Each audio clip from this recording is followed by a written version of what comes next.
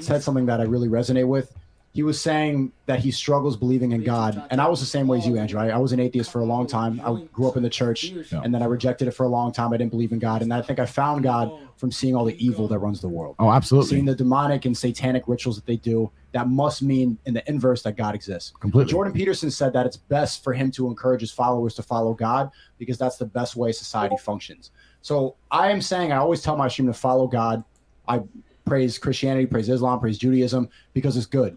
But I still struggle with the belief that God is the Father. How much do you really talk about God because you believe in it? And how much do you talk about it because it's the best thing for the 50,000 people watching to follow?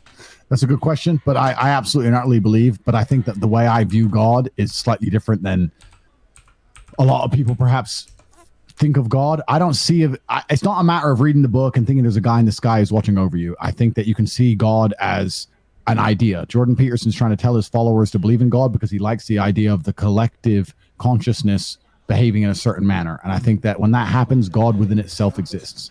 If you have 100 people in a room and they all do good things in the name of God, well, then God's real, right? Because God's making 100 people act good and righteous. So you can't say God's not a real force. Whether you want to call him a person, a force, an idea, an inclination, whatever it is, God becomes a real thing. I know that if you act in a certain way, if you act in a godly way, the world is a better place. And by extension, God must exist. If you act in an evil way, then the devil must exist. Like you said, all the demonic, dangerous things they're doing in the world today, does that mean there's a man underneath the ground covered in fire who's making them do it? Or does that mean that their collective consciousness pointed in a negative direction makes the idea of the devil itself a real thing? So I know that it's more about the collective consciousnesses. You know what I'm saying? It's about having all the people in the world looking in themselves in the mirror and saying, that's ungodly. I will not act that way.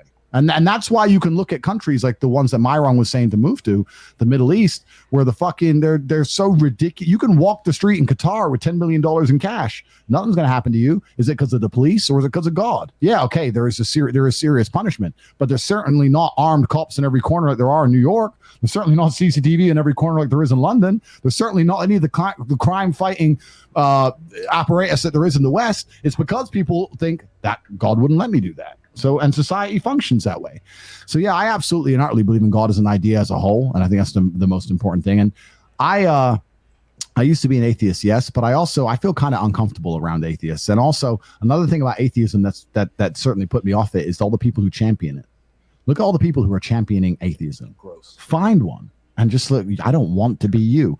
And that I've always said I would never adopt the thinking of someone who is sad. When I see somebody who is sad or depressed and they're unhappy, and even if we change subjects and they start telling me their opinion about fucking anything, World War II, fucking their favorite movie, their favorite song, their opinion's invalid to me. You're unhappy and I'm happy. So I don't want to think very much like you at all. I don't really want to adopt any of your thinking. Like you're saying, you've just told me you're depressed and unhappy and sad. Like most of my haters on YouTube will literally openly talk about the antidepressants they're on and their depression, and then come along and say he's a bad person, I'm a better person than him. I don't want to be like you people. That sounds like a terrible existence to have an enemy inside of your own mind. I have plenty of enemies in the world, and none of them are inside of me. My enemies are all outside of me, so I can see them coming. I don't have to fight my own mind. I have to fight everything else. If you're sitting there in a constant battle against your own mind, I don't want to be like you. So if I will not adopt the thinking of somebody who is sad, when I sit and look at all the atheists who are doing all this dumb shit, I don't want to adopt their thinking either. If I see a bunch of atheists and see they're all fucking godless, disgusting creatures, I don't want to be an atheist. I just look at them and go, no, sir, that's not my team. I'm going to change. So you have to also be careful. And that's another thing that's interesting. I think one of the reasons why I've managed to gain, and in fact, all of us, the reason we've had such large influences online is because people look at us and understand, I could live his life. In fact, I want his life. To a degree, right? It's not just what we say, it's the aspirational aspect of the lives we live. And a lot of these other people, when they're sitting there giving their opinions, running their mouths, I don't want to have anything to do with their existence. And you should also, as a man, keep that in mind. When someone's sitting there telling you shit and you look at them and go, I would fucking hate to be you. Like, be polite, let them talk, listen to it, and then fucking blink and cure your brain, because you don't need that shit in your mind. Yeah, I mean, if you can't even control what's in your mind, then you're going to have a really tough time in life, because it's way harder than that. At least that's within your control. There's so many variables out there. You could walk outside tomorrow and like get hit by thunder or get run over by a car. It's like you got to really maximize the things that you can control and have them in check so that you can go ahead into a world where you have zero control sometimes.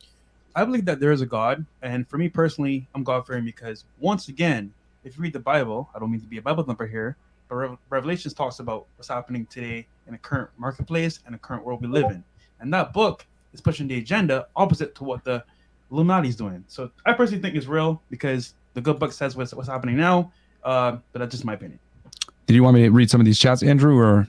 I don't think there's anything that interesting in there. Guys, if you have a question for us, you can send us, we don't say super chat, we say Rumble Rant. It's called the Rumble Rant? Rumble Rant. Okay, all right. So Rumble Rant, if you have any questions for us, guys. Doesn't matter if it's $1, $2, $5. Yeah, get some questions in, guys. This is an all-star panel here, man. So you got people from different walks of life, different age groups, different ethnicities, backgrounds, etc. So yeah, man, go ahead and shoot them in. Right.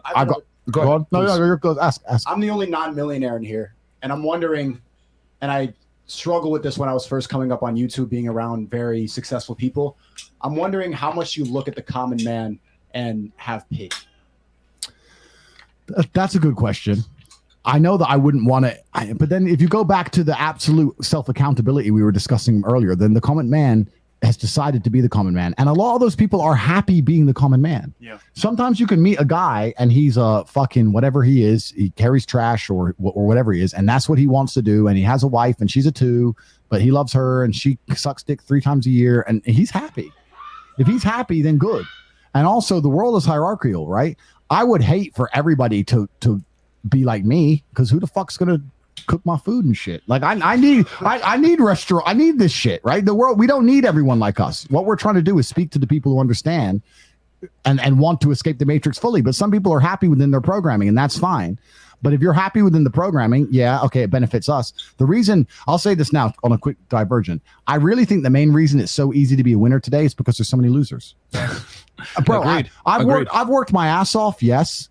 But thinking back, could I have worked harder? Mate, I mean, I've worked my ass off, but still, compared to the average dude, like they're not even fucking trying. None of them are even trying. Like that's the reason it's so easy to be a winner. So I'm glad there's losers. I'm glad they exist. I don't look at them with pity. I just look at them with, they've accepted their station in life. They have accepted that. And it's almost like with everything, when people were being forced to wear masks or people were losing their jobs or being laid off or whatever, I'm sitting there going, you're 44 years old. You're a full grown man. You've had a very long time to get your shit in order and you didn't do it. So I'll say this. Like, well, what the fuck you want me to do? My life's fine. You have to, if they decided it and they accepted it, then that's their decision. There's 50,000 people in here right now. This is, to be honest, this is a microcosm of like the bigger problem here. Like there's so many mediocre guys that it's never been easier with all the ways to make money, internet, all the free information, etc. There's so many people plugged into the matrix of thinking like, oh, I just need to do what society tells me, blah, blah, blah. And if you're watching content like this, you already understand that you got to go against the grain and get what the fuck you want. Everyone's going this way. You got to go this way. And there's so many losers out there. This is the best time to actually get yourself into that top 10, 20% of men. And it's completely possible. Most guys are fat. Most guys are broke. Most guys have zero tonality. Most guys have issues talking to women. Most guys aren't assertive and dominant. They act more like women. And if you guys watch basic stuff like this and take some of the features that we teach you guys, you're going to be better than most guys out there. Real talk, bro. I have no pity. Here's the reason why. You have no excuse. Real talk. I was one of these guys that, oh, money's bad, money's the root of all evil, guys. And then I realized, no, it's VC. Y'all eventually get that. I'm going to explain that a little later in maybe one of my videos. But then I just mentioned Rumble, and that's crazy. We end up on Rumble, man. Big manifestory. Billionaire I am, yeah. The same, it's your choice. So people got a choice to make. Either stay the same or improve. That's what it really is, bro. And without being too airy fairy and being, given a bunch of answers that people don't want to hear. When you talk about rich and money, etc., I'm telling you, money is super duper important, and we discuss it all the time. And I tell people, there's no excuse to be broke, because when you're broke, you're a slave, and they're going to hold it against you. And you're never going to have any free will or the ability to talk or do what you want, etc., etc., etc. However, health is first, man. If you're waking up and both your arms both your arms work, both your legs work, you're already to a degree a millionaire. I saw something on the internet, and it was it's a bit of a lame way to say it, but it's true. It said, would you give up each of your eyes for $5 million? Would you go blind for 10M? Everyone says no. So there you got 10M to begin with. So life's good to begin with, but truly it's about relationships. I think one of the best things for me about having money kind of fits back into what we were saying earlier, is that I have the ability to cultivate relationships. I can say to my boy, oh, where are you? I'm coming. Fuck it. I'll take 2-3 weeks off. Let's go do something. It's the relationships that make it beautiful. Not just with men and with your boys and with your team, but also with women. That's the true joy of life. We are social animals, and that's one of the best things about money. When I got really rich, the first thing that shocked me Baby, I'm coming. When I had so much money that money had zero value, to the point where it doesn't matter what I do, the balance looks the same every time I put it into the ATM. So it's all basically free. I realize there's nothing to fucking buy. There's nothing to buy. I have 28 cars. Did that not just show boredom? Like, there's nothing to buy. You buy a few cars, you buy some diamond watches, you buy a few suits. That's it. Then you end up buying investments to try and get more money, because it's just like, well, I'm going to get more now, but it's just a game, but there's nothing to buy. You have the best thing about money is cultivating relationships. That's where true wealth comes from. I had someone tell me I was the richest man on the planet, and I was like, that's where I first started saying I was a trillionaire running my mouth, and they weren't saying that because of how much money I had.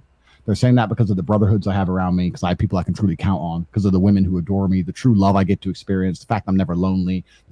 That's where the wealth is. That's where all the wealth is. And if I had to choose between keeping my same friends and my same women, my same circle, or the money, it wouldn't even be for a fucking fraction of a second. If I take the money, get fucked. That's it. It's simple. We spoke in the car, Andrew, on the way back from lunch, and you spoke about having experiences over, like, buying new things. And I gotta concur, man, because buying a nice watch, buying a lot of cars, it's cool and all, but having friends around that they care about new experiences like traveling, meeting people, networking, to me, that's where the money is. So, real talk, man. Absolutely. Yeah, I mean, at the end of the day, when you die, you're not gonna be able to take that money with you, but the only thing you really have are those memories, and you need to spend them with people that count. And the beauty with money is having the money allows you to, number one, meet people on your level, right? You get yourself in a good network, and then something like the War Room, and then number two, it allows you freedom to do what you want. Having money, guys, basically buys your time back, so you don't end up working for someone else that you don't necessarily want to work for. Yeah. Yo, even this trip right here, dude. Justin Waller came with us to London. I'm not gonna lie. Without Justin, London would have been boring. Mm-hmm. Look, Sneeko showed up to Romania. Sneeko's here as well. If we have the money and the time to do this won't be possible. Yeah. So just having that network of friends that you can go with, travel with, have money is priceless, man. Real talk. I'll tell you another thing it allows you to do. It allows you to be principled. Mm-hmm. Me and him were having a conversation maybe 3 months ago. Last time I was here. Yeah. And there was this individual that he had beef with that tried to come back to him and try to fix it after the fact. And he goes, Justin, but you don't understand. I can be principled now. The fact of the matter is I don't need him anymore. And so you don't have to allow people back into your life or into your life in general, because if you create abundance in your own life, you have so much that you can be principled, say, no, you didn't fuck with me then you don't get to fuck with me now. Damn. Yeah, absolutely. Powerful. And that really sticks with me. And I enjoy that in my own life. But that's something that when me and Andrew had that conversation, it really, really hit home. Sometimes something and it comes back to you and hits you even harder, even though you already knew it. So if you can create abundance in your life, and you create a scenario where you drive the car to your own life, and you have the ball and you want the ball in your life, you can be principled. And there's not much else in this world that creates a better feeling than be able to have true freedom to be principled. A lot of terrible relationships are built out of necessity. And whenever you have a relationship built out of necessity, it's going to cause you fucking chaos. And you want to be in a position where no one that you're dealing with is being dealt with out of a necessity versus you're choosing to hang out with them. Right. This is why we tell you guys to make money, get in shape, etc., to get girls. We don't tell you guys that to get the girls. It's so that you can pick the girls that you want to allow into your life. The problem is that a lot of you guys take whatever you can get because you haven't built yourself up to a point or an abundance, as Justin would say, where you can go ahead and be like, I don't like you like that, I'm going to walk away. Or like Andrew being able to say, I'm good, no thank you. And having the abundance to say, God's going to send me another girl. A lot of you guys are like, damn, I got to get this girl right now, even though she treated me like shit and hit me and all this other bullshit. You can't accept that, man. Bad relationships, 9 out of 10 times, are built on the feeble ground of necessity, and that's not what you want. You need to live in abundance, and you do that through getting yourself up to a point where you don't fucking need these people. Absolutely. We have a few questions here I'm going to reply to. Let's them. do it. I got one of them I'm gonna answer, actually, quite interesting. There's Andrew, what's your thought on Sneeko's friend Jordan Welsh doing a hit piece on the War Room? So there was a guy who joined the War Room and did a hit piece video on it. Obviously, everyone knows he's full of shit. When you join any kind of organization, if you think you can just pay a membership fee and then you're instantly going to have access to all the secrets of that organization and the absolute top tier of that organization, you're just going to jump to the top of the hierarchy because you paid an entrance fee, then that organization has no value. It doesn't matter what you join in the world, whether it's a company, whether it's a sports team, whether it's the War Room, whether it's a boxing gym, anything. You have to get in there and you have to prove yourself. When I first walked into my fight gym, my coach used to say, hit the bag. And he'd say that for the first like 3 weeks and just ignore you. And you'd just be punching a bag by yourself. And it was boring and it was shit. And 92% of people would quit. But 3 weeks in, when you're still turning up on time, just punching the bag by yourself, you say, okay, now I'm going to bother holding pads for you. Because I ain't holding pads for every jackass who walks in here when they ain't got the fucking heart. Because it's a waste of my time. I'm going to first put you through the fire to see. So you join something like the War Room, you join any kind of organization, you're there to prove yourself. And you prove yourself by providing value to gain value. The War Room is a fantastic mirror. You'll get everything from it for depending on what you give to it. You help others, you'll be amazed how much help you get back. If you just join and pay the membership fee and say, yo, where's the secrets? Then why the fuck would we give them to you? Or how would we exist that long? How would we even have secrets worth giving if we just gave them away for a fucking membership fee? It's dumb shit. So your friend, who I've never met, is a fucking dumbass. And he's a dumbass, and he's out now. He fucking ran away from it all and did his little YouTube video. And it's amazing to me that he's someone so short-sighted that they're more interested in getting a few clicks and a few fucking views on a video than they are actually being part of a network which is run by multimillionaires, the most fucking Googled man on the planet. People like you, people like all the other fucking people who are inside the War Room, who are clearly credible individuals, who clearly know things and can do things, living in fucking Romania surrounded by fucking armed guards and shit. He doesn't want friends like that. He wants views on a YouTube video. He's a dumbass. And I'm glad he left. He's a fucking idiot. So that's the answer to that question. It's the first thing. The treachery we talked about before. There's treachery has over 130 verified millionaires. Yeah, it's 130. It's fucking insane. And this is the thing. It also extrapolates out to life as a whole. We're talking here about trying to be how to find honorable friends. And someone's going to message and say, well, how do I find honorable friends? I can't find any. You will find honorable friends if you're an honorable man. The best way to meet honorable people is to be an honorable person. The best way to meet rich people is to be a rich person. The best way to have friends who love you is to love your friends. The best way to meet honest people is to be honest. I say this, I did a podcast a few months ago, and the guy running the podcast was saying, yeah, my friend fucked my girl, did that. And I was like, you know what? If you're rolling with boys who would fuck your girl, you're probably the kind of guy who would fuck your boy's girl.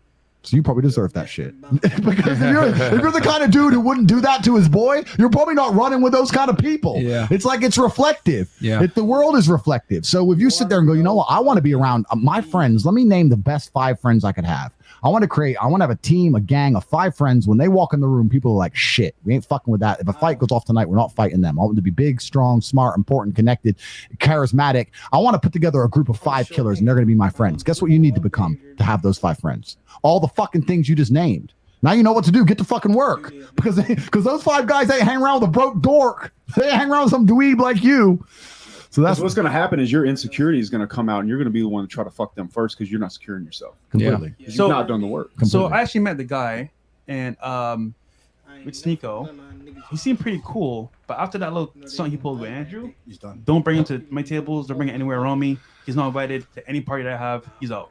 100%, bro. Yeah, I mean, it goes back to the treachery thing we talked about before. You know what I mean? This is why guys like betraying people is one of the worst. They punish it. Since the beginning of time, they punished it to a ridiculous degree. It was the number 1 crime. Yeah. It was the number 1. They would torture you worse for treachery than anything else because you can't defend against it. Yeah. You get stabbed from behind by your boy, they're going to fucking set your ass on fire, man. Yeah. And to this day, even in the modern world, it's still punished through death in many countries. You know, even the most progressive countries, they'll put you in jail for life and or death because to commit treason or treachery is unacceptable. Do you think that he would try to snake me? Duh. Yes. Yeah. Well, I mean, he's shown that he's obviously capable of snaking people. That's what he's done. He's shown that he's the kind of person who will, for chasing clout, will do something that he knows deep in his heart he shouldn't have done. Now, so the question you have to ask yourself is, if he can get enough clout for fucking with you, do you think he'd eventually do it? You have to sit there and go, well, he's done it once. He's done it before. Is he going to do it to me? Oh, he's my friend now. I don't know the dude. I'm based on my actions, right? He joined, decided that the clout and the few shitty YouTube videos, no one's going to give a shit about his video, and no one gives a shit already. It was 3 days ago. It's over. It's done. Nobody cares, right? But that was more interesting to him than actually trying to give it a fair chance, getting to know people, getting to network for real, and getting genuine advantage. He cared more about himself and his clout and that chasing. So you have to ask yourself, if you're both going after the same bitch in the club or whatever, that's your decision to make, friend. I mean, I curate my reality ultra heavily, and I do not apologize for it. I will happily say to somebody, I'm sorry, I do not speak to you anymore, and here is why. And it served me fantastically well. That's all I can say. But Sneeko, that's your friend. You got a choice to make. Do you prefer clicks and views over relationships, or do you prefer just having him as a friend? Because my thing is, bro, that's an L. And that's the problem with YouTubers. I'll be honest, man. Coming from the background that I came from, if someone betrayed you like that, it's a wrap. You're hitting doors with people, etc. And you need the guy behind you to be able to, shoot the fucking guy if you go down to make sure that you don't die. So coming into YouTube and seeing people, the way people move, where they'll turn their back on someone that they collab with before, or make a hit piece on them, whatever. Like, it's all foreign territory to me. It's strange. It is a YouTube thing, and it is a shame because truthfully, any organization, I'm not even just talking about the word, but any organization, you need to turn up and try and be helpful. If I, let's say I went back to get a normal job and I wanted to get promoted as quick as possible, what would I do? I'd fucking turn up and say, hey, where's the work at? Let me help. You don't just join in and say, I want to be the boss now. Where's the secret? Hey, where's the rise? I've turned up now. Like, that's stupid. The guy's a fucking dumbass. I'll tell you one thing I learned in my first year on YouTube. I started to evaluate people that I wanted to be actual friends with on whether I would be friends with them or not if they had their platform taken away from them. Facts. At this table, That's how. So you look at the man, you say, okay, you have a platform. If I were to take said platform away from that man, would I still fuck with that guy? Is he still high level? It's a good test. Yeah. That's how you know. That's how you make that decision. I think we could all relate to this. We all get hit pieces on a regular basis, especially when you're up. Everybody makes a negative video to try to bring you down and try to get those clicks. Did you know that was going to happen? Is that a future of social media? And does that show people's character? No, I mean, that's social media as a whole, right? The social media, there's always going to be the detractors and the haters who are going to sit around and talk shit. That's not what bothered me. What bothered me is that he joined the organization and give it a fair chance. If he didn't join and did a video, then it wouldn't be worth discussing. That's fine. But he joined and he was a dumbass. But yeah, I truly still believe, and if I say this, then it must be true. I don't think there's anything such thing as bad publicity. I've been through the fucking #1 Matrix attack that they have. I have taken the biggest bullet that exists in their gun in the last few months, and it's caused me headache and inconveniences. But in the end, it's definitely, certainly the best thing that's ever happened to me online, specifically in my online career, if you want to call it that. The banning was the best thing that ever happened to me. Yeah, but you did that without snaking anybody. You did it with honor. Completely, absolutely, yeah. It's completely different. It's a completely different scenario. I think the question you got to ask in the room is, would any of us do a hate piece on you? No, never. Yeah. And look, me and Myron bust your balls a lot, bro, but we'll never ever talk bad about you on camera. Yeah. We'll roast you a little bit in person, like maybe your drip or maybe your glasses, but we'll never say, oh, secret this and that on camera because we're boys. So that's what you gotta see it. Yeah, I mean, even if I collab with someone, I didn't like them after the fact, I would look stupid, like talking shit about them after. That'd be weird, you know? All right, so next question. Yeah. What does an astute 20-year-old like myself need to do in order to be sat around that table? If you were truly astute, you would know the answer. If you were truly astute, you would have listened to everything that's been said so far, and you would know the answer. A lot of people ask questions, and they feign ignorance as an excuse for laziness. You see it all the time. I see people go, oh, yeah, I don't go to the gym. I'm not really sure what I should work out. Yeah, so true. Bro, pick it up and put it the fuck down. Pick it up and put it down. You're pretending you don't know what to do, so you don't have to do it. You know, my coach was #1 for this. When I was training and we were kickboxing, we used to train the camp. There's 10 fighters. And no matter how fucking many times this happened, there was always some dumbass who fell for the same trick. So you're with 10 fighters and you're exhausted. You're getting beasted. You're destroyed. And the coach would say 100 push-ups. And you had to drop and do them instantly. But to buy that little few seconds of rest, someone would always go, how many or what?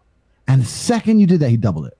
100 push-ups. How many? 200. And you're like, why the fuck did you ask how many? Because you knew. We all heard the number. You just wanted that. You feigned ignorance to fucking be lazy, and now we're fucked. Yeah. Everyone does that shit. They're pretending, oh, I'd love to be at that table. Tell me what I have to do. You know what you have to do.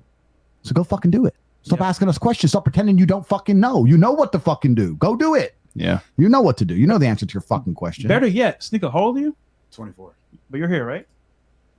Follow Sneaker's blueprint. There you go. Let's see if we have anything else here. There's a few more. There's one other good one I wanted to read out. It's about navigating all the allegations and everything like that. The whole time they call me Taco Tate, Chopstick Tate. I'm sure that you've all seen it. They call me a Tate Dick Rider or something like that because you're not supposed to say things positive right now, especially when it's very popular to say something negative. But if you stay true to your word and you follow with honor, which is very rare on social media, you can end up in the right circles. And it's being able to bite the bullet and being able to bob and weave and duck all of the allegations and everything like that. The whole sorry to interrupt. The whole dick riding thing is the most pathetic thing on the internet. When I first started doing Twitch streams, I didn't do Twitch, but when I first Twitch streamed like a few months ago before my big banning, no one could agree with anyone without the whole chat going, Dick Rider, Dick Rider. You can't agree with people. No. How can you have a conversation where you can't agree with anyone else? Anything anybody says? How asinine and destroyed is the fucking consciousness of the population, especially these young kids, where you can't sit as a table of men and agree with each other without being insulted for that? It was fucking crazy. There's like 6 people in the chat, and unless it was constant war, the second someone goes, yeah, good point. Dick Rider. Fucking retards, bro. It's crazy. That whole Dick Rider thing to me is probably one of the worst things about the internet. You know what that's a lot like? You ever been at recess and there's 20 dudes standing around you that want you to fight the other kid and would never fight with you? Yeah. It's the same fucking thing. Yeah. It's the dudes that come behind you and slap your hand into the other dudes so y'all will fight for their entertainment. Yep. Yeah, fuck those dudes, bro. Yeah, It's weak. completely. They wouldn't get in there and do that fight. They wouldn't do it, man. Well, people just want to get entertainment. Yeah. You know what I mean? They want to be able to They watch want from there the to be comfort of beef. their home and be like, oh, let me see this and whatever it may be. And it's like, most people don't understand what real conflict is. We have one more here. Shout out to all the supporters, by the way, over here at Rumble, It man. is like 2 in the Romania, guys. Yeah, Tell you in it's the like- chat, bro. We had one more question I'm going to answer. A guy said, how do I break the generational curse? The first thing you do is you stop calling it a curse because you're giving it power. You can't sit there and say I'm generational. You can't sit there and say I have a generational curse, but I want to be successful. That is a bad origin. That's a bad starting point. It's amazing the power of luck, right? And even if you're wrong, if you're fucking trapped if you're fucking trapped on a shipwreck by yourself, just you on an island by yourself, I believe you're going to do better. You're going to have a higher chance of survival if you believe you're lucky as opposed to believe you're unlucky. You could sit there and go, I'm unlucky, I was shipwrecked, or you can go, I'm lucky, I'm alive, I found an island. There's no advantage to the negative mindset. It's just detrimental. There's no point. There's no point in thinking that way. You have to just think positively, and you can't sit there and say I'm generationally cursed. How do I fix it? First thing you have to do is stop fucking saying that dumb shit. Stop saying it. It's a pussy mindset. It's a You pussy have to mindset. look at it as your opportunity to be a hero. All of us are riding that journey of where we're going to have adversity. There's never been a good movie where the hero in the beginning did not get his shit rocked. That was Yeah. his opportunity to overcome. Yep. There's no montage. There's no happy ending without tragedy in the beginning. If you're 100%. struggling right now, it is your opportunity to be a hero in your own fucking life. And if you look at it any other way, you will fail and fail hard. Well, this is why mainstream society is a failure, because they don't show the hero's journey anymore. Nowadays, like, the hero is some fucking pussy that, fits a politically correct agenda of like, he's effeminate, he's weak, he's short, he's skinny, doesn't go to the gym, he's, emotionally intelligent, all these other faggot terms that people like to use nowadays that no one can actually really articulate and or define. So the thing is that we don't even have real male role models anymore. There's a reason why Andrew Tate blew up. The reason why is because there was a need for someone to be able to stand up and say, this is fucking stupid, this is not the way it goes. And the thing is this, when you're able to confirm the truth a lot of the times, people are going to listen. You can only lie for so long and keep the wool over someone's eyes. Oh, I'm not getting dates. No girls respect me. I'm always broke. I don't know what the hell I'm going to do with my life. I'm unsure. And then Andrew comes in and says, yo, you got to fucking make money. Me and Fresh are saying, yo, you got to get in the gym. You got to take care of yourself. You got to fucking understand game. You got to become the complete package. They're like, wait, hold on. Let me try this shit. Oh, it's working. Whoa. Then they start telling their friends, and this just starts spreading like wildfire. Why? Because people have been lied to for decades now at this point. Yep. So, yeah. Right. Next question for the panel. What is something that you know is absolutely and utterly true today that you did not know a year ago? Satan runs the world. Runs the whole world. Satan is how these people keep their power. It's how they separate human empathy. It's how they forget about honor.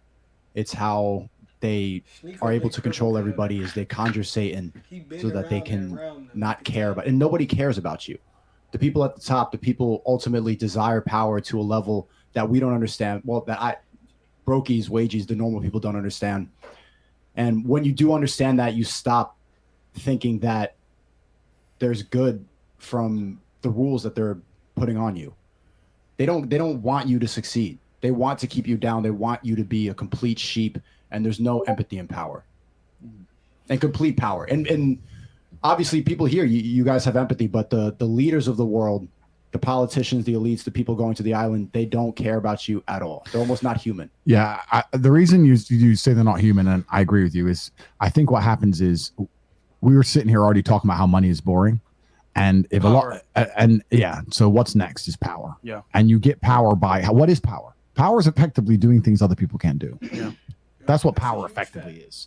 That's the reason sometimes you catch them doing this dumb shit. And you're like, why'd they do it? Because no one else is allowed. And that's enough to give them a dopamine hit and an adrenaline boost. And what money ain't gonna do it. You think a Ferrari is interesting to a billionaire? Nope. He didn't give a fuck about Ferrari. He likes ha ha ha. You wear a mask, I don't. That's what makes his day, you know. So let's make them all wear masks, and let's make them take it off when they eat and put it on when they go toilet and take it off again. That'll be funny. That's it. That's as simple as that. But like, why were they doing that? Because it was funny. That's why. When you truly understand the way the world works and the way power works and how it corrupts and how bored people get of money, you understand these people just fucking had a big joke. Ha ha ha. It was a laugh. It was funny. Let's kick them off planes and shit. It was fucking funny. It was funny. It was funny. So yeah, I agree with you, Sneeko. What about you, Walter? I would say I've learned in life, you only get what you deserve, which means, for example, some people are blessed, some people have luck per se. You can kind of acquire that over time, but it's kind of like when you go through life, you have a choice to make. You know what? I can stay the same, like I said before, or I can improve. And you could be fat, you could be skinny, you could be black, white, Asian, doesn't matter. You have a choice to make. Either you move forward or you don't. So my thing is, if you really want it that bad, you can make it happen. No excuses, no issues like, oh man, generational curse, doesn't matter. If you want it that badly, you'll make it happen. Look, we're all from different walks of life. He's Asian, somewhat. I'm black. You're ginger. You're some mixed race. I don't know, Andrew. Yeah, And then everything. You're Arabic.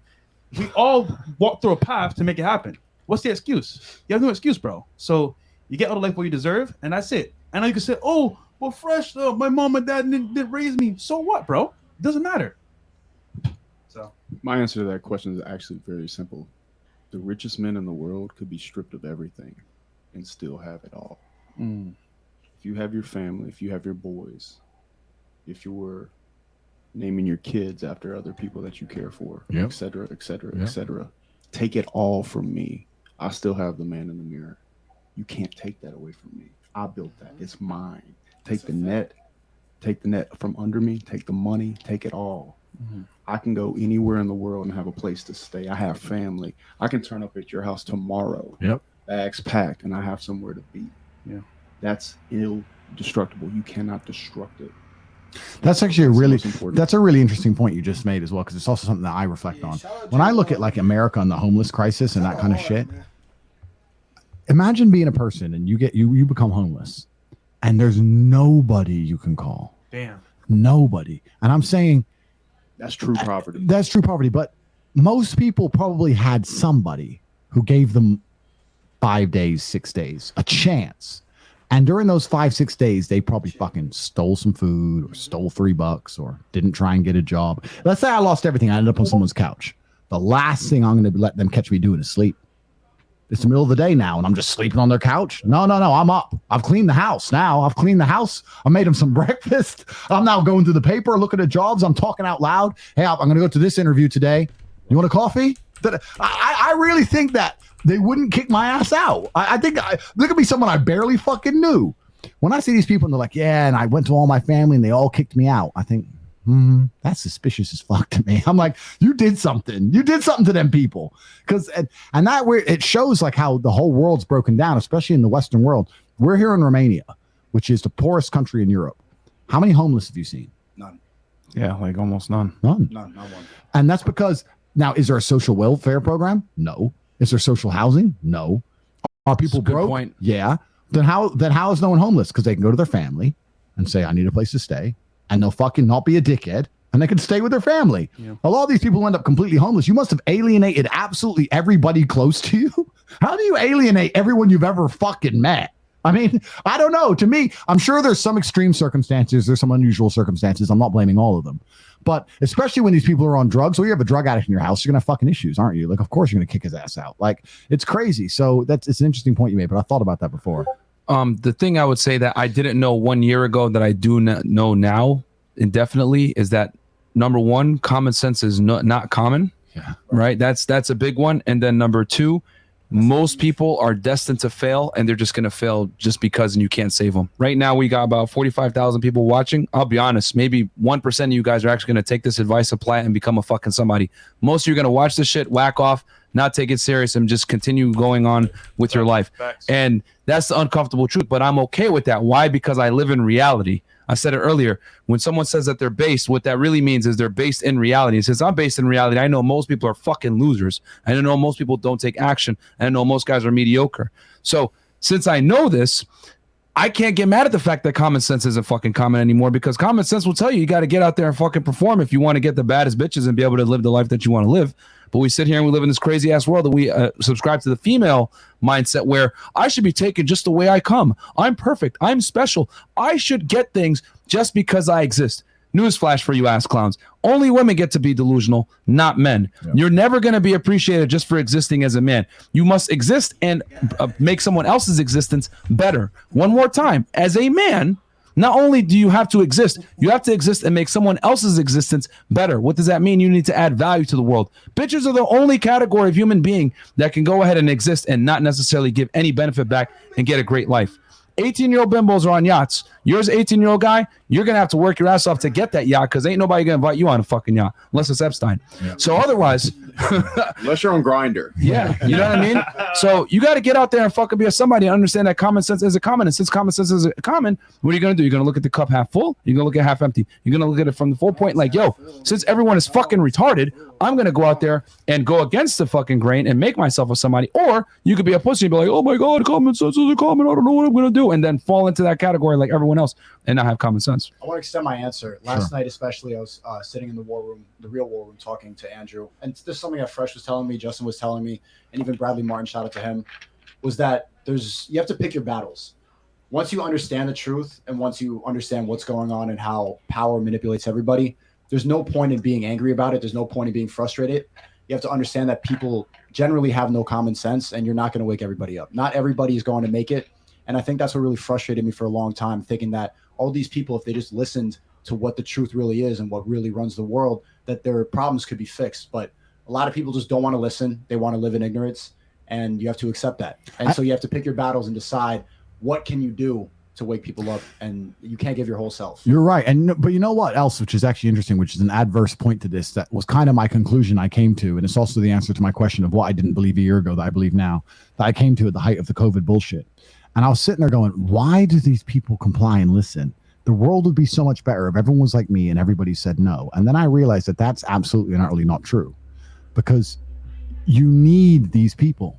If people didn't believe the COVID lie, they wouldn't believe the financial lie, and they wouldn't believe the schooling lie, and they wouldn't work the bullshit jobs, and they wouldn't give up their lives they wouldn't believe in their pension, and they wouldn't believe in their mortgage, and society would be destroyed if everybody understood the truth.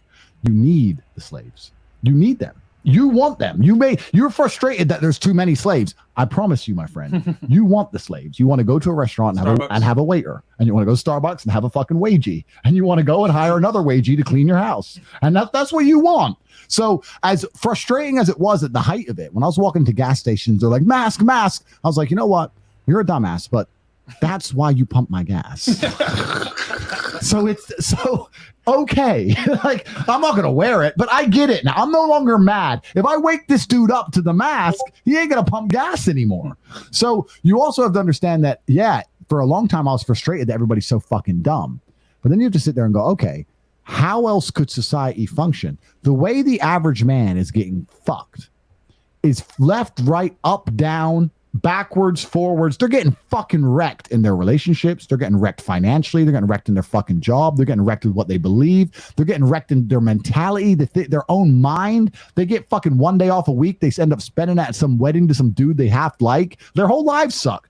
For them to tolerate that bullshit existence so that we can have somebody who's going to fucking mow our grass, of course they believe in the mask. It's unfortunate. We need these people.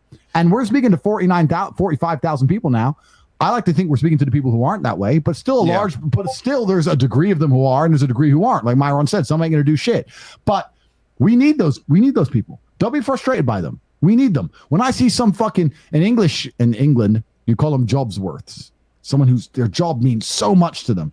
Man, at the height of COVID, I got in arguments in gas stations all the time. I'd walk in and say, mask, mask. I say, bro, this is Romania. You're making $400 a month. Why are you arguing with a fucking big 6'4" kickboxer over a mask? Your life's worth. Why do you care? Do you own the gas company? Like, why do you get? I'll tell you, because they want that tiny bit of power. I'll tell you, and they want to feel important, and they want to feel that they're good at their job. But my point was this: once I realized if he didn't give a shit about the mask, then he wouldn't even be a wagey in the first place. That's just that. It's part and parcel. It's part of the game, bro. It's just these. Let the wages be wages, and just fucking hire them. And that's one thing I always try to keep in mind, so I don't find myself getting angry with that person. You have to understand when you walk in that gas station and they tell you to put your mask on. That's the only power That's the one thing. that they have. That's what they in their got. entire life. Yeah. So And you get to be a G, and that's all they got. yeah. So to stop yourself from getting angry with them, to be graceful, because I think that is what you want to be as a man. You want to be graceful. You have to remember that's the only power that man has. And also, you know, I'm also at peace all the time whenever we stream, whenever we do these meetups, is because, first of all, I can only help people that want to be helped. I can't help everybody. So my thing is, yeah, like Andrew said, let them do what they do because we need that in the system. However, for you, bro, you can only help people that want to be helped. Is what it is. So yeah, I used to. My answer is a year ago. I used to think I wanted to wake up the whole world, and then I realized in the height of COVID, I was like, you know what? If these people understood the truth about this, they'd understand the truth about too much, and there would just be mass chaos. It would just be fucking riots and bullets. It would just be fucking chaos. There's a whole bunch of people who still wake up each day and believe their government love them. It's like you need those people. You need them. You need them, bro, because they're the ones who are down the sewer. Do you want to go down there? Fuck no. Let me show you the stupidity with that one. Like, think about it. Like the world locked down, right, in 2020.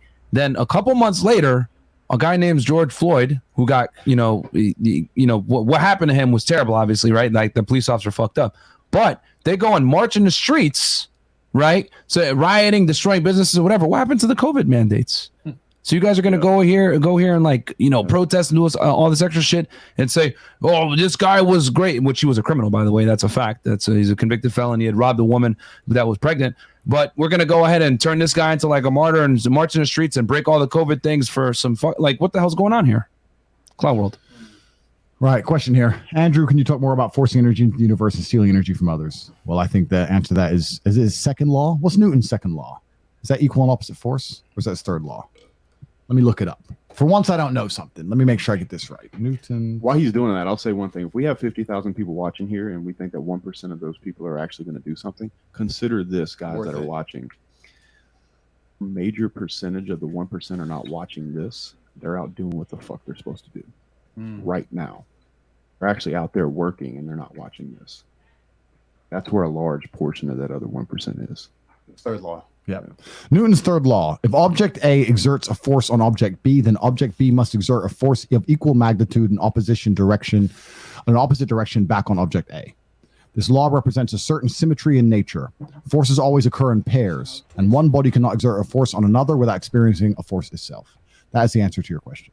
If you're putting force into the universe is going to give back to you. It's impossible. I stick to what I was saying earlier. I truly believe it's impossible for you to be on time, work your ass off, be honest, good handshake, turn up, listen, learn, not be an arrogant dickhead, and dedicate yourself to something and still fail. I believe it's impossible because there's not enough people who will do that for you to fail. And agreed. It's funny. You could be a dumbass. Yeah. You could be a fucking idiot. I'll tell you, if I hired a man today who was a dumbass, but he owned up to his mistakes. He apologized for them. I could tell he was genuinely sorry, genuinely trying to learn. When he fucked up, he took notes and said, I ain't going to make that mistake again. He was on time every single fucking time. And he obeyed and did what he was supposed to do. And he was dedicated to the cause and he was loyal. I wouldn't fire his ass. Nope. I'd keep him all day. He could be a fucking idiot. I'd keep him. Intention's everything. Intention's everything. I used to come early to my job, right?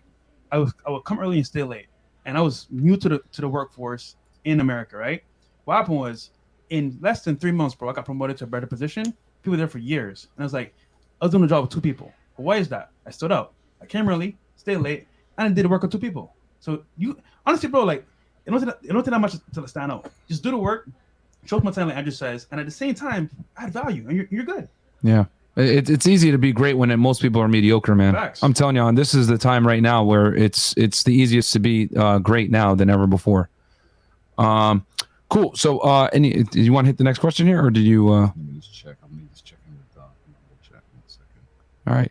Yo, also, guys, do me a quick favor. I don't know if you can like videos on Rumble, but like the goddamn video. You can like the video and you can also subscribe. So I'm at when I got deleted from YouTube, I was at 738,000 subs, and I'm now at 614 on Rumble in less than a month. It's not bad, no? No, that's pretty fucking good. That's pretty good. Yeah. That's pretty good. Shout out to Rumble. Yeah, shout out to Rumble. Sub to the channel, guys. So, yeah, subscribe to the channel, and I appreciate all you guys pushing some traffic here as well. No, of course, man. That's what we're here for, man. You got to help your guys out. Like when everybody came, I made an Instagram post And I said, acquaintances are shown when you're successful. Brothers are shown when your success is challenged. Yeah. And that's what happened with Andrew. A lot of these people try to come after him. People that had done collabs with him in the past were kind of trying to turn their back and talk shit and say, oh, maybe he is a Muslim, all this other bullshit. And, that's when we came together even more, because we're like, bro, we got you, man. We're going to fucking, break this shit down, bring awareness to the bullshit, go ahead and go against the grain on all the bullshit stuff that people been saying about you. And that's what it's got to be. You need people in your corner that are going to hold your back and hold you down when you're going through some bullshit. Andrew, can I ask you a question? I saw you once on Tate Speech talk about what you can do in your dreams and how that makes you smarter, how you live in your dreams, and that gives you a time advantage amongst most other people. How do you do that? So lucid dreaming is something that's been studied significantly. It's studied by the CIA and a lot of government agencies as well. So lucid dreaming is basically, I don't know if anyone's here has had a dream that you realize is a dream and then you can control it. Have you ever had that? Yeah. So you're in a dream and then you go, for me personally, I'll be in a dream and something will happen and I go, that doesn't make sense. Oh, wait, I'm dreaming. And then I can fly and shit. Now, usually I can only do it for like a minute or two in dream time. Time is a bit different in dreams until the dream ends. And I usually wake up where the dream ends. So it's kind of annoying because sometimes I'll be in a dream and I'll realize it's a dream and I'll start doing some shit. And then I'll also consciously know that I'm running out of time before the dream ends. It's weird. So that's how I dream. So the way I do that, and when I say that I use my dreams to calculate things, is because if you're ever heartbroken or upset or you're really worried or stressed, you might dream about the problem. So I do that consciously. If I have a problem in my life or something I have to worry about or be concerned about, I'll try and make sure I dream about it. And then in the dream, I know I'm in a dream. And it's basically dedicating time of my life, dedicating the time I was sleeping to solving a problem or dealing with a problem. How many amazing songs have been written in a dream? Or how many scientific discoveries were from dreams? Look up discoveries from dreams. The number of scientists who woke up and go, bang, it came to me in my sleep, it came to me in my dream, because you're obsessed with a problem and your mind works it out at rest. So the key to lucid dreaming is this. You have to try and remember your last thought before you fall asleep. And I know that sounds easy, but think about last night when you went to sleep. Your eyes were closed. You were thinking of this, then you were thinking of this, then you were thinking of this, and then you were half awake because you kind of heard a noise and you felt the covers on you, but you weren't asleep, but you weren't awake. But what were you thinking of? Kind of nothing. You have to remember the exact last thought you had before you went to sleep. And it's harder to do than you think, because when you start doing that, you start turning your brain on to focus, and then you can't fucking sleep. So you have to do it like Zen. You have to just Zen go, I'm going to sleep, but I'm going to keep track. Right now I'm thinking of this dumb shit. Okay, now I'm thinking of that dumb shit. And sequentially in order, remember all the things you're thinking about until you remember the last thing you thought about before you went to sleep. When I started learning how to do that, there on out, about 70% of the times I would dream, it would be lucid. And I genuinely, even to this day, I'll be in a dream doing whatever, and I'll lift up a cat and go, that has no weight. This is a dream. Okay, this is a dream. So I'll just float through this wall quickly. Where's Tristan? Or fucking me go on the computer. And I'll just control it for like 2 minutes. It's weird. But it happens by remembering what you're thinking about before you fall asleep. And if you actually genuinely think about that task and think about, now when you go to sleep, you'll be trying to do it and you'll realize, I'm thinking a bunch of bullshit, or I'm thinking of a memory, or I'm half remembering something, that your mind kind of falls apart. For me, if I can literally say, I'll think about this whatsoever, you can call me crazy if they want, I would accredit it to my brain synapses firing. It must have positive reflection on that action. If my X is firing to slip a jab in a particular way, and my firing, even if my body isn't moving, is firing jab, I believe that on enough times of my brain imagining me doing something repeatedly over and over, I'm in action, even if my body doesn't reflect. I train in my imagine slip my dream how I do it. I wasn't doing this, I was a fucking sleep. The chick would be like, what the fuck are you twitching for? Like, I'm fighting, bitch. but my synapses were firing the same, and I had a positive impact and a positive effect. That can't be proved, but I believe it, and if I believe it, that also gives it power. Andrew, so that's a question from tonight. We spoke a while back when you remind me about being likable, and I just under because if people want to move forward in life, what do you describe likable as to the audience?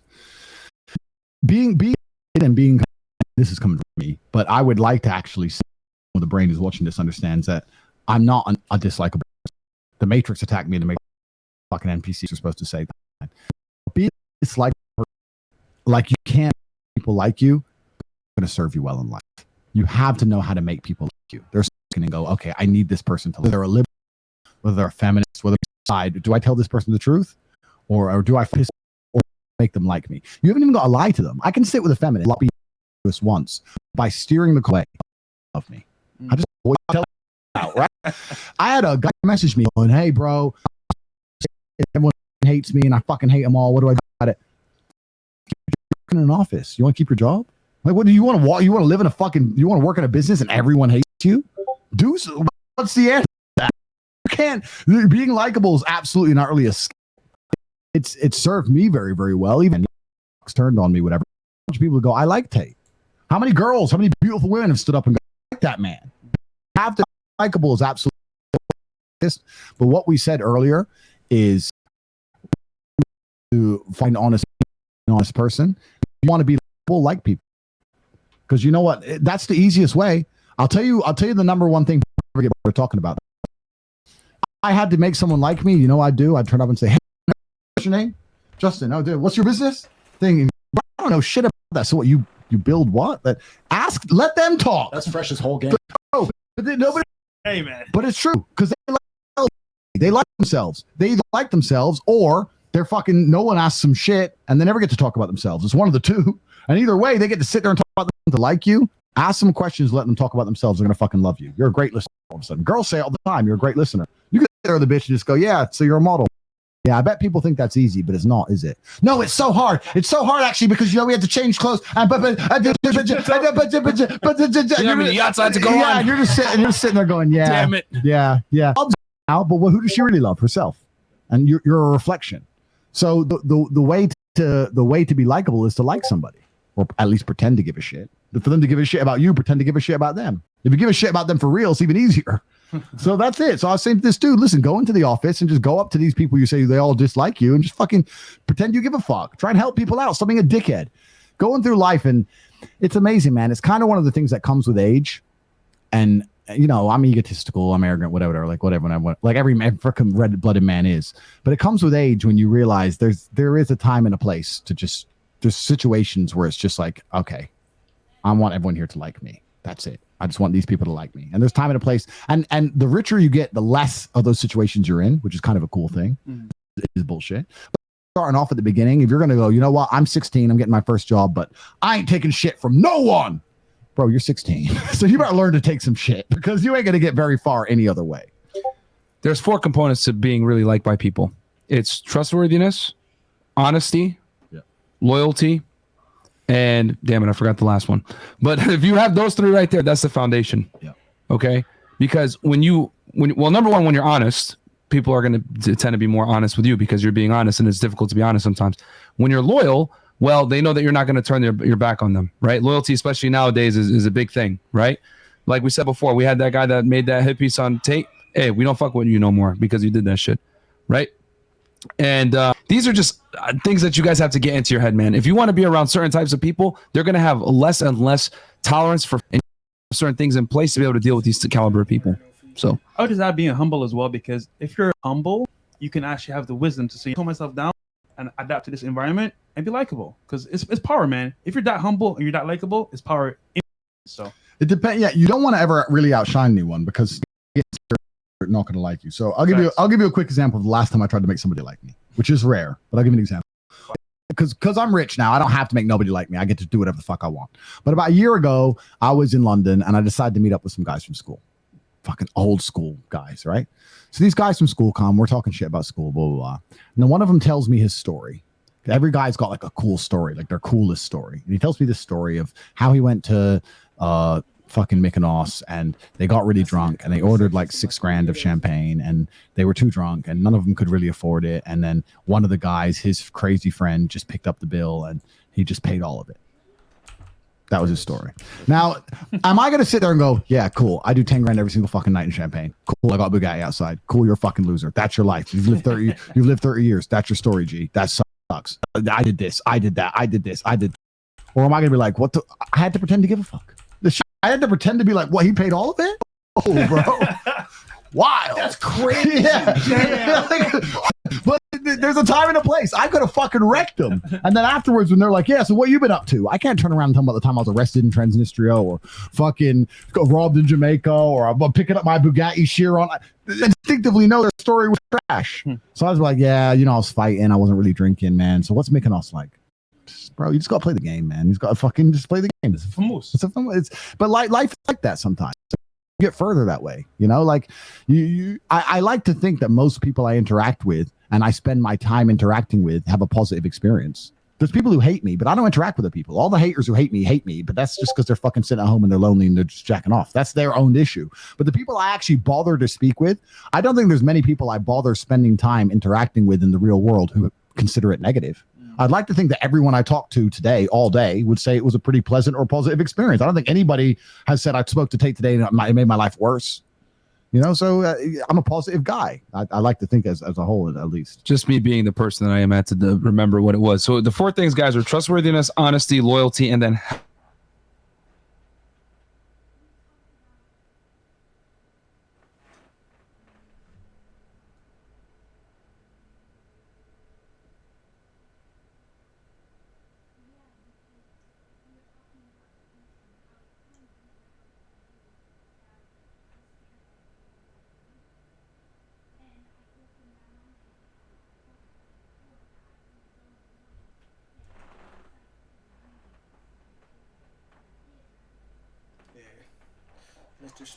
Mr. Smith acting up right now, y'all. Mr. Smith acting up.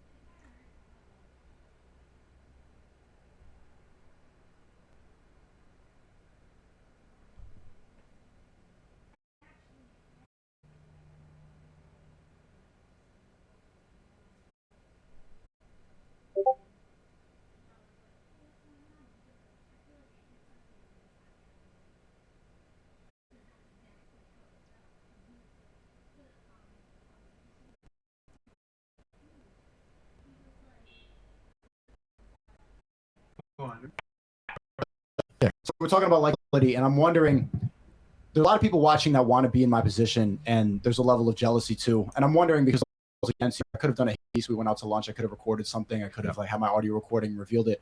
How did you vet me? How did you let me into your inner circle? The hardest thing to do. And obviously there's a degree of risk to it. So there's two answers. First, I don't gauge capability intent, because everybody to a degree. If you sit and say, does this person have the capability to hurt me? Listen, the fact, but I'm telling you, let me put it this way. If I were to send an assassin to get somebody, I don't look like an assassin. Everyone has capability by surprise, friend. Anybody can get it, right? So capability, judge intent. The main reason I decided that I thought it was okay for you to come here is I realized that you've been doing a lot of content for a long time. I was very proud. And I thought, was his grand plan really to do pro content for X amount of videos, knowing that I would then one day invite him so he could eventually? That's too complicated and too big a risk. And that plan didn't make sense to me. So I thought, I think he believes what he's saying. Then because I think he believes this person, a trustworthy person, I don't think he's going to be a snake. He knows that by the friends. My friends stick up for you, and I trust my friends. And thirdly, also, I'm not going to lie, off the war room dossier on your real. Oh yeah, yeah. I know your name, your address, all that shit. So, but that was good to have. But it's just, what yeah, fuck, of course, real. No, completely, it's real. But yeah, it's all those things. But all in all, I just gauge your isn't malice. If you did decide to do something like that, I don't think you will, but I'm pretty certain you won't. But let's say you did decide to do that, then ever root, then I'm old enough and wise enough to know karma is real. People talk about karma and live by the sword and die by the sword and this thing. Not in the stupid way of bitch karma, because really when they're saying that shit to you, their own karma back from you. That's what's actually happening. But if you live by the sword, you do die by the sword. I absolutely not believe that. The reason that all these people are getting stabbed are people who are out here stabbing people. It's amazing how it all just kind of comes full circle. And anybody who does treacherous things or does things, we talked about it a lot in this podcast, but it's true. In the end, somehow they end up getting fucking stung worse than the person. It's just the way the world works. And I live with a pure heart and I'm honest and I still have faith in humanity to a degree. And I realized that you meant what you said. And we're on the same team. I couldn't see an advantage for you trying to snake me or hurt me. So that's why I believed you. I trusted you. So good to meet you, friend. Good to meet you. I want to say a lot of money from that. I ain't gonna lie. Yeah, and I want to say this too, as far as like the treachery goes, and not trusting people. If you look at someone like that's a confidential informant, right, or a snitch, as they would say, the reason why they have such a bad rap, people hate them, everyone knows that their day is coming. Okay, when you sign up, right, like for example, Omerta, this code of silence. The reason why they do that to prolong the life of crime, because they know at some point karma is going to come at them, right? So when you go ahead and you snitch, what you're basically doing is you're enhancing, you're rapidly burning that light stick for them to get that karma faster. That's why people hate informants. And when they do go and inform, what? Protection from law enforcement. So they've effectively protected themselves and insulated themselves from karma that was inevitably going to come that way. That's why criminals hate informants so much, because they know I'm doing a life of dirt. It's going to come back. Mm-hmm. So that's why they hate them so much. Absolutely. Good. All right. So we're going to do last thoughts? Last thoughts. Go on, man. You can start. First favorite part of the show, guys. No, it's up to y'all. Man, that war room is real. No. Yeah, no, bro, it's super real. Oh yeah. Yeah, I can tell you. I have to be careful what I say out here in the public, but I can tell you a million stories about how the war room's real. If I have a problem that's hard to solve, I go to the war room. If I don't know if you've ever tried to send, let's say, $500,000 to Pakistan. If I say send $500,000 to Pakistan, you go, okay, I'll just go to my bank and no, fucking try. It's terrorists in Pakistan. You don't go to Pakistan with any bank. You think Western Union's gonna take $500,000? If it doesn't $500,000 to Pakistan, where would you even begin? I know where I'd begin. I know where I'd begin. If I had to go to Moscow today, Russia, the enemy, and I guarantee if the Matrix attacked me, I have banking, no payment processing. I know if I had to move over to a brand new platform, which nobody even fucking talked about before I turned on to it, and I had to get a massive following, I know where I'd go. It's a network of extremely competent individuals. It's men who live the same things we talk about, and it's men who want to know that they can call me. Imagine being able to call me when you have a problem. I'm not being arrogant. Imagine saying, I have a problem, I can fix this. To have that in your back pocket, the best way to do that is to fix one of my problems. There's people in the war room who can call me and say, Tate, I need a Glock. I'm like, all right, safe. I'll send it, right? So we help each other. It works. That fucking jackass joined, said nothing, just sat there and goes, where's the secrets at? Like a fucking dummy. That's a dumbass, right? But it's not about that. The point is the war room is the most powerful organization on the face of the planet. It can't be denied. Everything we've said about competitiveness also is a huge part of the war room. It's the only organization in the world where we actively kick members out. And I say this to people and they get panicked and they're afraid to join because they don't want to get kicked. The reason we have to kick people out is because otherwise we can't create the experience. When I went to the fight gym and we bag, etc., there was maybe 30 people in the class, but there was a separate room. There was a glass wall in a room, and there was 10 people in there, the best 10 people in the class, the best 10 fighters. And they'd go in there every class, and they get fucking beasted until people quit. And throughout the next 3 hours, the 10 people, now 9, 8, 7, 6, there was one guy left. And I was desperate to get in that room because I understood that's the most competitive place in this fucking gym. And when I finally got in there, the first fucking 3 weeks I was allowed to get in there, I was the first guy out. It was too hard. It's endless. All I can do push-ups, not forever. Nobody can do them forever. It was so fucking difficult. And that's the atmosphere we brought into the war room. You can join as a brokey. You can join as a nobody. That's fine. It's not about what you join as. It's what you become once you're inside. You're gauged from your beginning. But we're an organization where if you don't perform, we will kick your ass out. Because if you can just pay the membership fee and join, not help your brothers, not contribute, not be useful to anybody, and get to stay a member, then what kind of fucking organization is that? Doesn't mean anything. We're like the fight gym. We're like that glass room. We will kick your ass out if you're not performing. If you join the war room, it doesn't matter if you're already a multimillionaire. It doesn't matter if you're an 18-year-old with fucking nothing. You have areas to improve on. They'll be identified, and you'll be measured, and we'll make sure that you perform and become the best version of yourself, and you'll be competing with every other member in there, like we were saying earlier about health and competition and competing against your teammates. Like you were saying about growing, having one either side. You want to go and say, oh, I made $3 million. I'm a big shot. Go in the war room and talk about making $3 million. Wait, then you're compared against me. You're compared against people who have more money than I, right? That constant competition to keep you on your toe, to be kicked out. It's the most competitive environment in the world. It's deliberately designed to be that way. And because of that, it's hyper useful. Everybody who is in there is competent, but they're competing to help their brothers. They want to be the best at helping everyone around them. I'm in Prague and I need fucking 100 grand in cash and Czech currency an hour. I need a fucking weapon. I need a fucking armored S-class. I need even security, even a lot of my security details now. Instead of bringing my Romanian team, if I'm in Spain, I can message the war room. I can have fucking 30 dudes. Cool. Bang. They're all training. They're all fighting. They're all in shape because they're organized. I with a fucking army anywhere I go. If I want someone's door knocked in LA, I just message the war room. They'll fucking 10 dudes outside his house tomorrow. Genuine network. You're in it by providing value. And people say, well, I don't want to join. I'm not ready yet. I'm ready. You're never ready for something like the war room. That's what annoys me most about it. It's like saying I'm not ready to join a boxing gym. You can't box. You join the fucking loser and you learn. You don't think, oh, I'll get ready and then go. That's not how it works. You have to join. You have to be humble. You have to be prepared to work. And it's the most powerful network on the planet. So we're talking about you. If I wanted to find out something about anybody, the number of people I've done this on, if there's any fucking influencer idiot who thinks they know shit, who's on anywhere on the internet, dress, his dad's dress, where they all fucking are, where his banking is, all the have been fucking naked, his ex-girlfriends, fucking all of it, standard protocol. I got all of it. I've got everything because I've got an organizations of thousands of men who will do anything for me. You think I can't find out shit? I've got a fucking army. I run the biggest mafia in the world. The war room's gangster. It's serious, and we're not out to hurt nobody. We're a very professional outfit, but it's absolutely utterly powerful. And I will tell you, even in my stance in life, even as well connected as I am in Romania, even with all the money I have, when I do encounter problems in my life, I go to the war room and it fixes all of them. I've never had a problem they haven't fixed. Let's put it that way. Damn. So the war room's very real. You need a network of guys that can help you because you're never going to be efficient at everything. You're always going to no one's perfect. You're always going to need a brotherhood behind you, and men need tribes. They do. The idea of the lone wolf is absolutely and utterly false. Lone guy. The idea that you're going to be lone wolf and you're going to do it all by yourself is bullshit. If you don't have a strong network, you're going to fail. And it doesn't matter, even a physical altercation. Listen, you can be Mike Tyson. 10 men, jump him at random.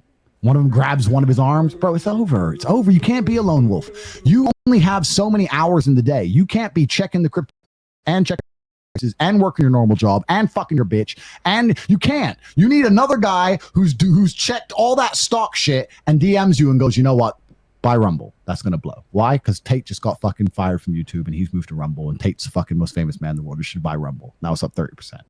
You need other people doing shit on your team. That's why packs of wolves all look in different directions. That's the whole point. I'm absolutely and utterly not a lone wolf. I've got Kristen. I've got my friends. I got the war room. I got thousands of people on my team. How can I not fucking see? How can I not make endless money? But the reason I have they're all on my team is because it's me for shit. I do it. That's just how it works. But a lot of men out here are lone wolfing, and the worst thing, even worse than that, what they do is they get a chick and they shack. Oh, it's me and her against the world. That means it's you against the world. That means it's a lone wolf with age. Now you're a slow lone wolf. That's really fucked because your girl can give you a support, and that's important and that's amazing. But when she's a fan, she ain't gonna bust the door. She ain't gonna do nothing. When the mafia is trying to kill you, she ain't gonna do nothing to get you what you need. She's gonna keep you fucking live. She's gonna be hiding behind you. Liability. She's something you have to provide for. She's gonna make it more difficult for you to stay alive. Easier. I'm telling you right now, people will come here and trying to do something crazy. I have complete security. I would message the war room. That's absolutely and utterly the genuine network underestimated in the world today. There are crime families with fucking members that run New York. 12 dudes. Imagine what fucking 3,000 or 4,000 can do. Brother, you don't know. We have billions of dollars inside the war room. Like underestimated. And anyone out here who thinks they're going to wolf or survive as a lone wolf is you need to find friends. You need to find friends you can count on, rely on. And that's the reason the war. I ain't letting no fucking idiot stay in my organization. If you organization and you're unprepared to work and try, turn up in real, provide for other people, be useful, go to the meetups, to do all those things. See ya, jackass. You think we need your little bit of fucking money from your contract? You're a fucking snake. I don't want you anywhere near me or my team. I didn't realize that Justin met you through the war room. Good into how it actually works. We do a fucking 3 events a month all over the world. We just completed the test. You got what the test was? Did you ever see the videos from the test? It's a physical test. Bro, let me see if we take videos. Let me make this very clear because some of you guys are here in the chat, whatever. It's not a fucking criminal organization, guys. Yeah, okay? You guys are like, oh, Myron Fed, blah, blah, blah, blah. They're not an organization. If they were, trust me, they would have been busted a very Decide to fucking looking. We're doing nothing but improving ourselves, stronger, doing our very, very best. Yeah, it's self-improvement, guys. Like, come on, man. Like, they would have been busted years ago if that's the case. Everybody, oh, yeah, well, there's been trying to bust them forever. 100%. Right, so the videos from the test, which is a little bit upsetting, but let me see if I can find them in another folder. I'll tell everyone what it was. Yeah, the test, something that just, you know what, I'm going to actually get these videos because this is important. So the test, you guys talk for a second minutes. Justin, can you talk about it a little? I'm very almost convinced about joining. The war room is actually the war room is absolutely the best decision ever. I would say as a young man, as any man. There's no dynamic of a life. That's not. There's no problem. No fall that you have as an individual forged through fire. The network itself, automatically, if you are willing to get in and do your, is available to you. If you come in with humility, the ability to work, and you bring something to the table, there's nothing that cannot be assisted for you to achieve. I can sit here and tell you for a fact it is one of the best decisions I've ever made in my life. As a millionaire, as a man that was in shape, as a man that could get women, there is no reason for any person that wants to become better to look anywhere else. I can tell you with full conviction. May God strike me dead if I'm wrong. I believe you. There's not a better group. It's just masculine competition. Yeah. It's masculine competition that's ruthlessly forged. It's masculine competition that's ruthlessly forged. If you join a lot of these other networks, they're going to just be a bunch of fucking, even if they're rich guys, right? It's feel good shit. Yeah, a bunch of CEOs in there complaining that their wives don't fuck them and a bunch of feel good shit. Right. It's not being told the ruthless truth and getting your ass kicked out if you don't fucking work. Right. It's a different atmosphere. I'm not one of these fucking dudes. I don't need members. I'd rather have a couple thousand useful members than 20,000 idiots. I'm not a brokey. I don't need members. All these other groups, they need the members. Do you think I need memberships? Do you think I give a fuck? If you're no use to me, goodbye. Like, I don't need this membership shit. Let me quickly show you guys. Sorry, you say something. No, I was going to say the membership is there so that they weed out the weirdos. You know what I mean? Or the people that aren't serious. Because I've always said it before. When people pay money, they pay attention. So if you don't invest, well, how are you going to take it seriously? It's human psychology. If you give things away for free, it's never going to work, guys. So, yep. And then scroll down here. And I'll go ahead and say this while we're waiting for the video. If you are interested in joining the war room, message me on Instagram, J Waller 7. When I leave here, I'll answer the message. You can go either one. Information. I'm gonna say one more thing. People won't, but I'm telling you right now, a character like Justin Waller, like that right there, bro. Like even just being around Justin for a couple days right now, one-on-one level traveling, like his character, his commitment, bro, all the time. So do it in we're gonna get this file for y'all here in a second. Yeah, so the video is a big. I'll explain quickly what happened. So I told everybody that they're tested mentally and physically to prepare themselves. Some of those guys right now, and he's getting to see. There you go. Yeah. So there you go. So I told everybody mentally and physically tested. Obviously, what was going to happen? How do you prepare? And obviously, they didn't know, so they knew how. Obviously, getting strong and getting faster is never really a bad thing. And they thought they were coming for some kind of mental challenge or a business challenge. It's like a business summit. It was of Transylvania, and people flew in from all around the world. They found out they were having a huge fight, so they turned up business summit. They're all put in a room. Professional fighters. One of you is fighting on live. You can fight or you cannot fight. It's your choice. If you want to fight, I basically you. Maybe if he isn't, that's good for you. But the chance but you're not going to be forced to fight. It's absolutely yours. Vice News and Trina thing. I asked about them earlier. Yeah. Haters. The psychology of it is beautiful.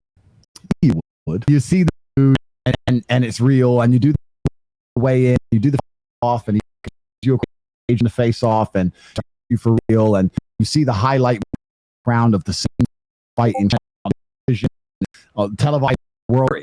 I know. I've been there. Fucking, I've had fights. There's not a scared for. It's scary. It's ego.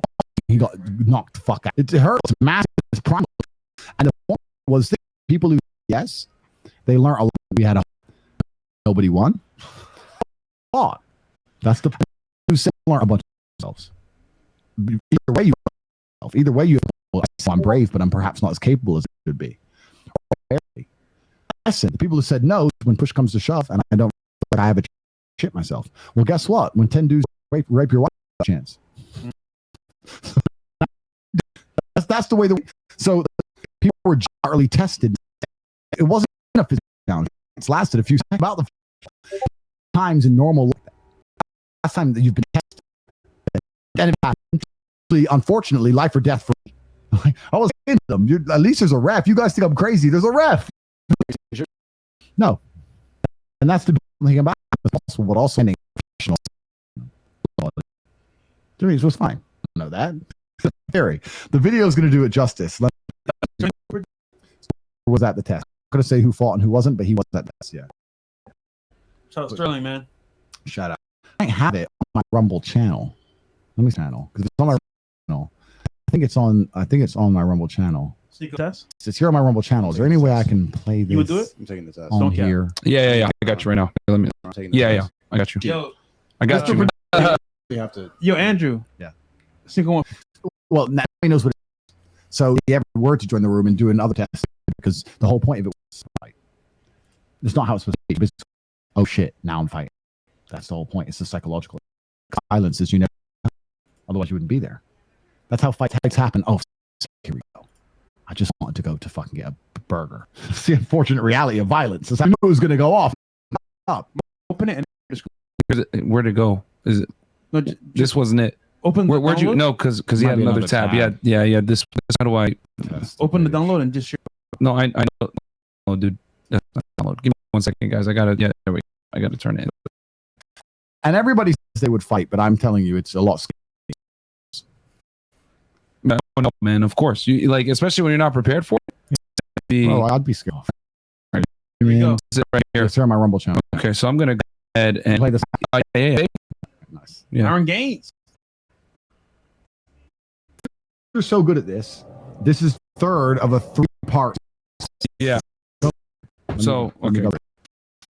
Start beginning to give the whole text of the test. This was the test finish.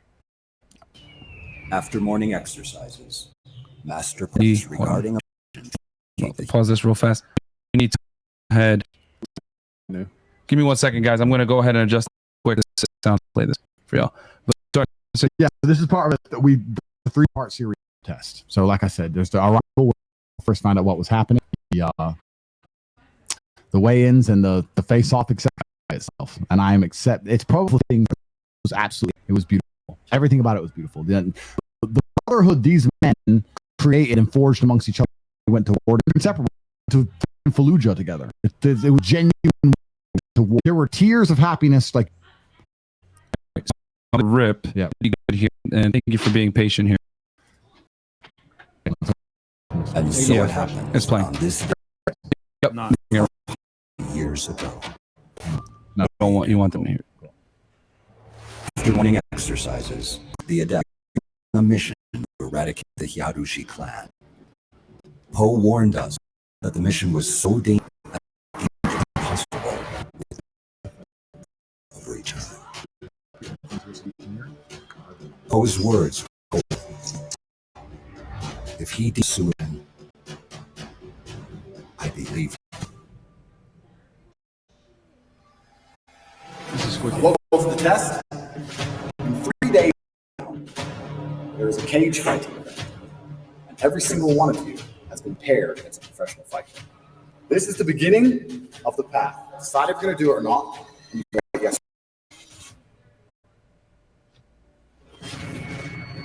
part 1 or part 2? All right. Part 2. This should be a TV show, bro. Jesus. On How many people folded? I say. Yeah, I mean, where is it here? Well, that's the test. More than I thought would. I think that many of them would fight. I thought no way that many of them were going to fight.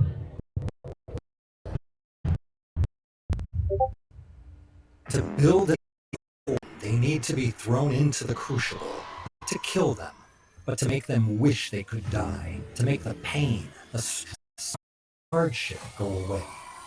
Most will give up, ring the bell, but some will refuse to All right, pause because some will refuse wait, hold on. to This is the bow. countdown. Okay. Some will refuse to accept their station in life. Some will push forward through the pain, through the sorrow, through the some will grit their teeth and fling themselves forward with purpose, will, and power. For them, the test will work, casting them into single throughout history. So it is with the men of test. Oh, this shit was bad to be there. Fucking. It was last one. But the mission was This was in Transylvania. forewarned dangerous as to be deemed impossible. No hope of return. Poe's words were golden. If he deemed this a suicide mission, he believed.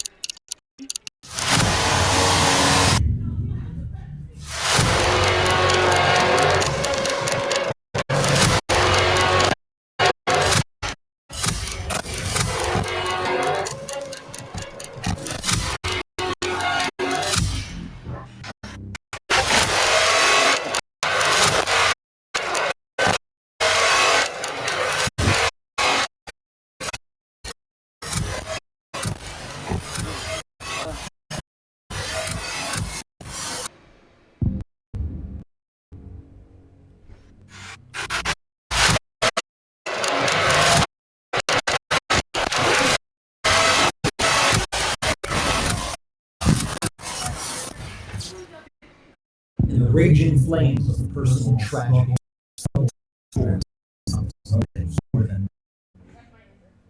so it is with the men of the test. Welcome.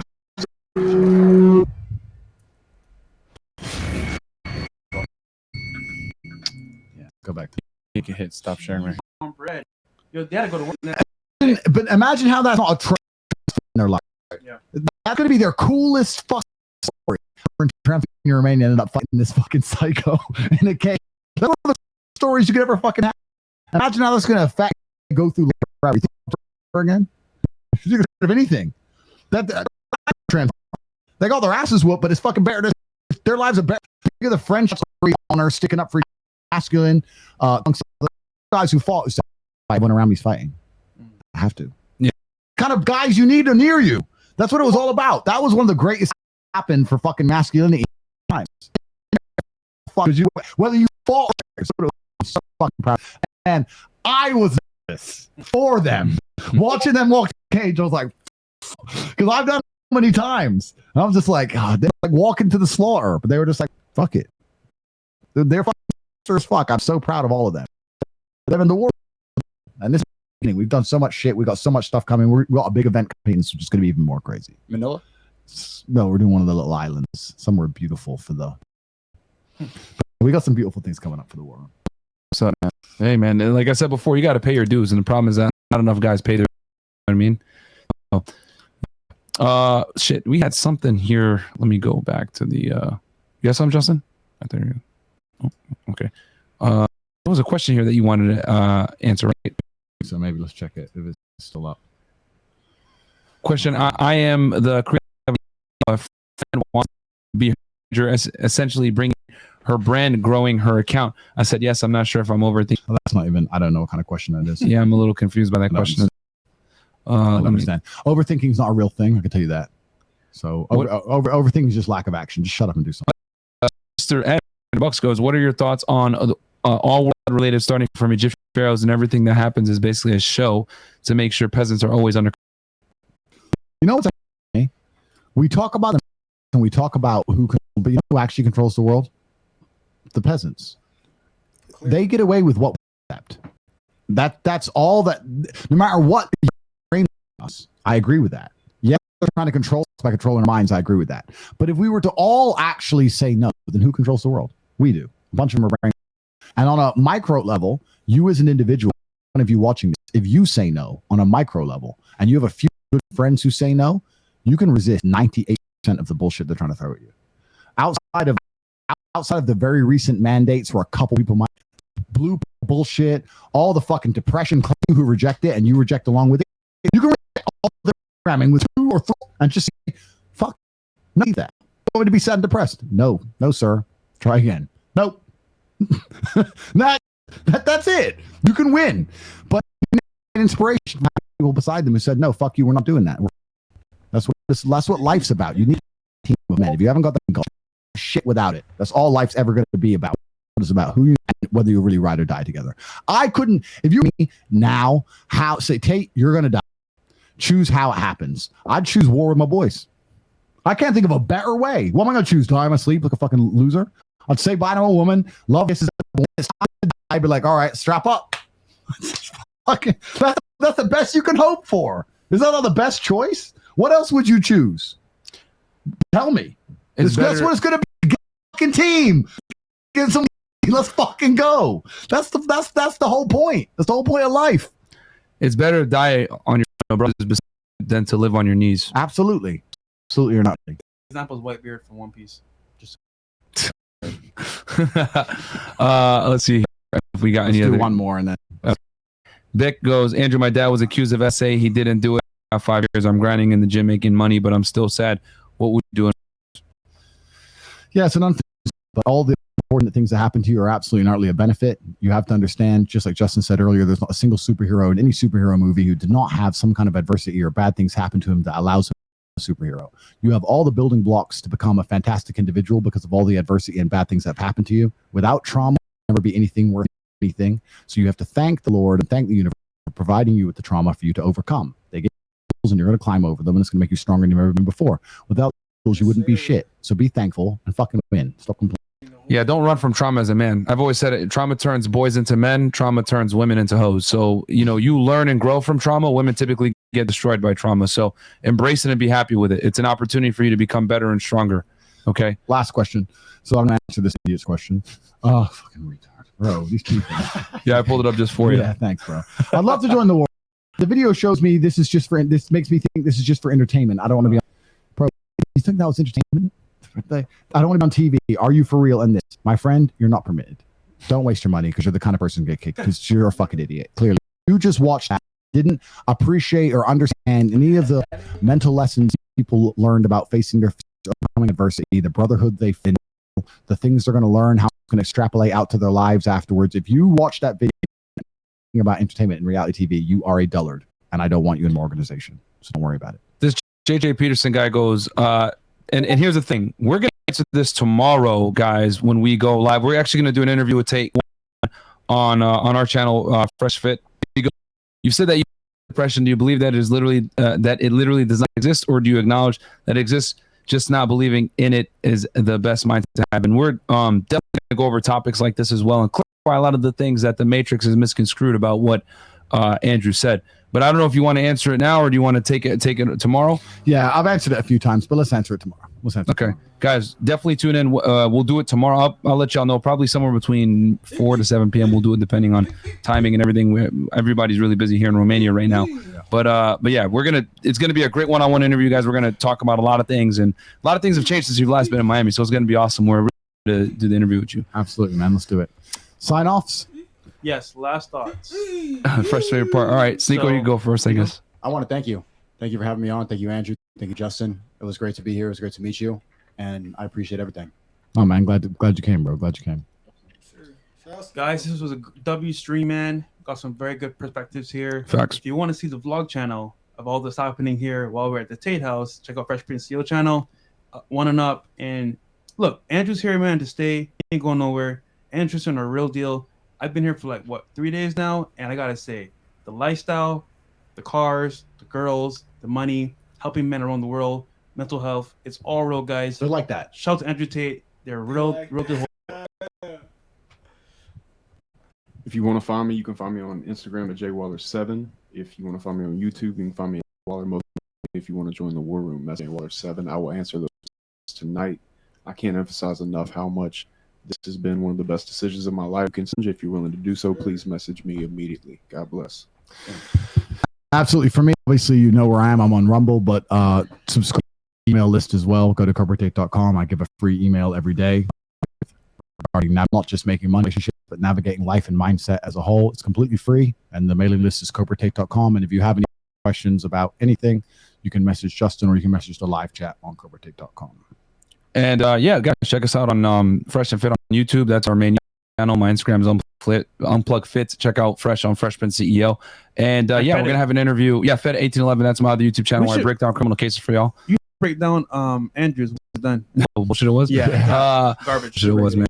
Crazy. And here's the thing: there's no one more qualified for trafficking because I've done it myself. I've actually investigated, and I can tell you guys wholeheartedly from my training experience, it's 1,000% a fucking. It is not human trafficking whatsoever. It's actually ludicrous that me coming from that background, I used to actually do this shit, talk to real victims, talk to real people that were dealing with bullshit, insult real victims to accuse Andrew of some bullshit like that. But yeah, check us out on Fresh Fit, man. Fed 1811. We'll be back here tomorrow with Andrew to do a one-on-one interview, man. We're really excited to have you. Let's do it. Let's do it, guys. So yeah, guys, we love y'all. Do you have anything before I Let's go. Yeah, guys, go check out all the guys and yo, like the goddamn video and subscribe to Andrew's Rumble, man. Let's fight back against the Matrix.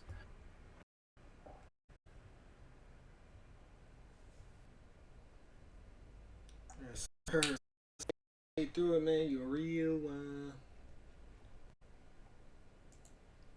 Man, we just got. And if y'all ain't catching no from that, let me make it quick and short for y'all, man. You either want it or you don't, man. I ain't got much. Well, I won't say that. I got a lot. I feel like I got a thing, now showing the money. So I think I'm about to be I'm gonna be the greatest at it. Not even about having the most money, but just in the process of that right now. Y'all going, so remember, y'all got these videos right here for that living proof, man. That real manifestation living proof. 3.4 billion I am. You know what I'm saying? For the trillions, man. So we don't stop after that. But that's the first goal. That's the benchmark. I don't even want to say a goal because we always score. With that being said, y'all know who it is, man. Big nuggets, big keys, man. I don't want to say much. I'll give y'all another one where I say much. It was a lot to absorb. If y'all ain't catch it, run it back, man. Y'all want full, go to Rumble at Taste Speech. See that Fresh and Fit about to have them tomorrow. Shout out Sneeko, shout out Fit, shout out Tristan Tate. With that being said, shout out RTB. And with that being said, it's RTB. And I'm out. Peace.